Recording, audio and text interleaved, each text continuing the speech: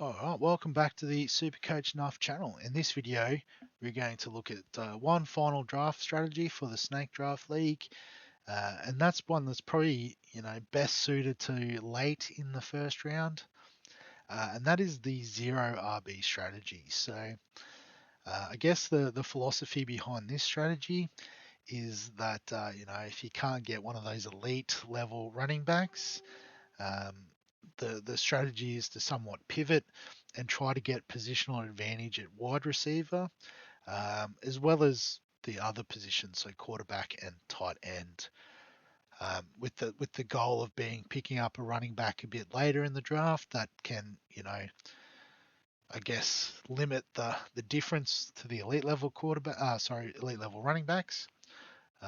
And like I said, you're trying to get that positional advantage at wide receiver.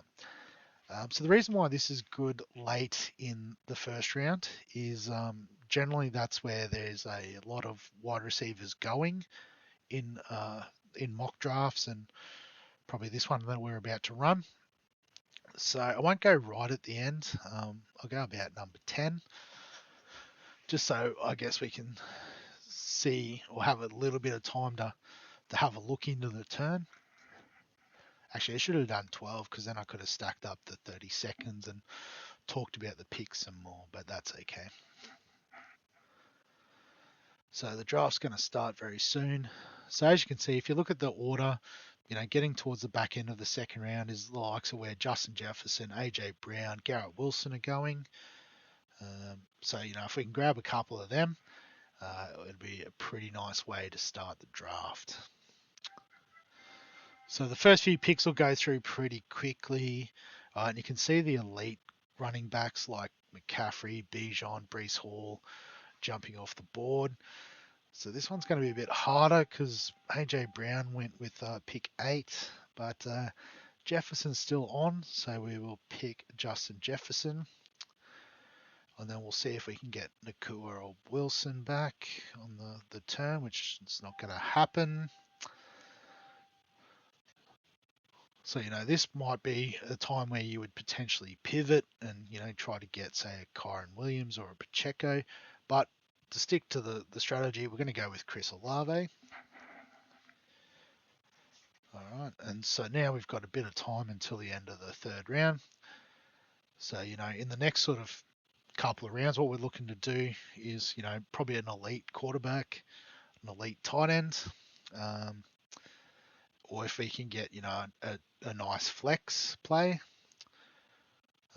we'll do that. But just looking at Kelsey going off the board,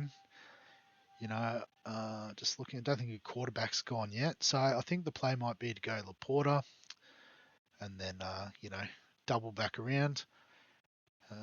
There's some nice wide receivers still. So let's get Laporta, get him in at tight end, a nice high option. And so, so I guess at this point, I was looking at Jalen Waddle, but he just got sniped.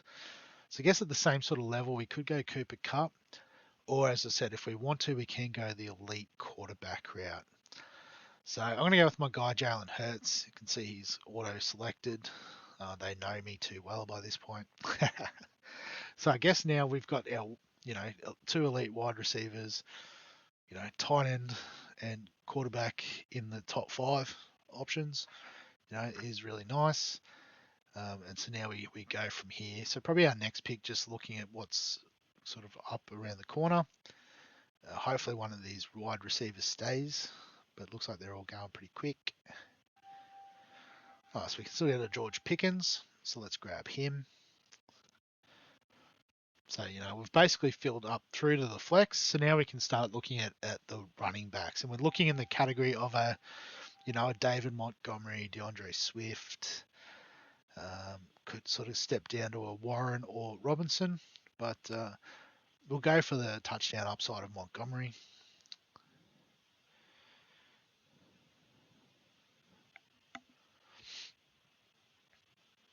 And so next pick's pick 82. So we're sort of looking down around this area of the board. Deontay Johnson would be nice, but I think he's going to go. No, he's still there. So we could get a Najee Harris, Javonte Williams, but we want Deontay Johnson in our squad, so we're picking him. And on the turn, we can get our second running back. So it's not going to be Najee, but could be Zach Moss at Cincy. Could be Tony Pollard. Let's go Zach Moss. Just a workhorse back, limited upside, but, does the job. And now that we've got our sort of starting team in, now we're just playing purely for upside. So, the likes of Raheem Mostert are perfect for a late order or late round, late pick in terms of the order. But looks like we're going to be on the Nick Chubb. I've drafted him a bit in these leagues, but he is an elite level option. He's only so low because he's injured. And again, if you're drafting late, you're not getting the McCaffreys, the Breece Halls, the Bijons. So you got to take these sorts of punts.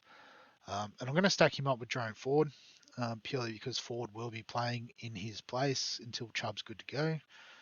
So, it's basically what we call a handcuff situation where, they're attached to each other. You're only ever going to play one, but you only need one of them to play. All right. So going through.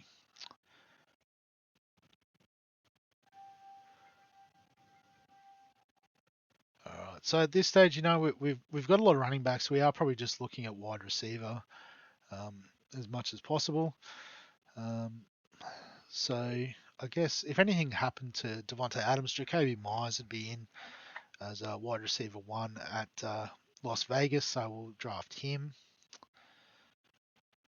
Could have gone to Demario Douglas, I suppose, potentially wide receiver 1 at New England. It looks like I'm on the clock anyway, so I can get him. Bam. So, we're looking for these potential upside plays. We're not expecting to play these guys. We've got Jefferson, Olave, Pickens, Johnson. They're probably going to be the four of. What am I trying to say? They'll feature in the 3 spots between those 4 players. So these are just those upside picks. So I guess if we're going to go upside, let's go real upside. Let's go a fair way down the list. So we talked about Demario Douglas. There's a bit of hype around Jalen Polk. So get him in as a potential, could be wide receiver 1 by the end of the season type deal. I haven't got a backup quarterback or tight end, so probably it would be a case of streaming. But I will just park Pat Freiermuth as my backup tight end. With my QBs, I'd probably just rotate through. I could have picked one instead of, say, a Polk, but, it's not the end of the world if you don't have a backup quarterback.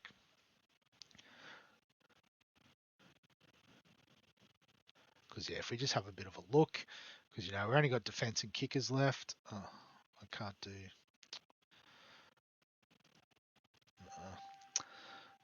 because it's too late, I can't do anything with it. So let's see. So the Jags defense is expected to be pretty high, so we'll grab them. Again, it doesn't really matter who we pick. And I guess if you watch the other videos, you know that I'm all over Dicko the kicker. So lock him in our team. And it'll go through those last round of picks. And I guess, but you can see, we've gone the 0 RB strategy. The goal being to get those elite wide receivers. As I said, it didn't quite work out. I think Olave is a tier down from those elite options. But we did then also maintain a positional advantage with tight end and quarterback. Got a couple of decent options in Pickens and Johnson.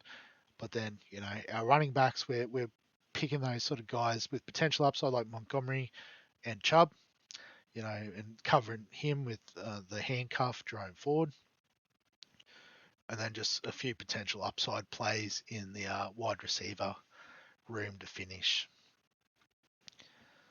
So that's the zero RB strategy. And I guess, it's not to say that if you're picking in those different areas that we've looked at, so, the early picks, middle rounds, late, middle of the pack, or, you're picking late in the order. It's not to say you have to use these strategies. It's just where the players fall. It tends to work out best for that. If you've got number one pick, you can do the zero RB strategy. You get Tyreek Hill or CD Lamb, whoever you prefer, at number one. Number two will probably be happy to have McCaffrey. Um, so, and you can build it from there. Um, Again, it just depends what you like, how you want to play. Like picking guys like Hurts. It might be I reach for him sometimes and grab him early, but I just love his style of play, and I'd rather be cheering for him than cheering for the guy playing against him, I guess, in some cases. So I just thought I'd run through the different strategies just to show you there's more than one way to go about it. So yeah, if you do join us in the draft, hopefully you can have a go at one of those strategies. So one last plug for this video. There'll be other videos, no doubt. 2nd of September, 6:30 p.m. Link in the description below. So any other questions, comments, and thoughts can also go below this video in that section. Give us a like if you enjoy the NFL content. Subscribe for all the fantasy sports content on the channel. And other than that, I'll catch you in the next one.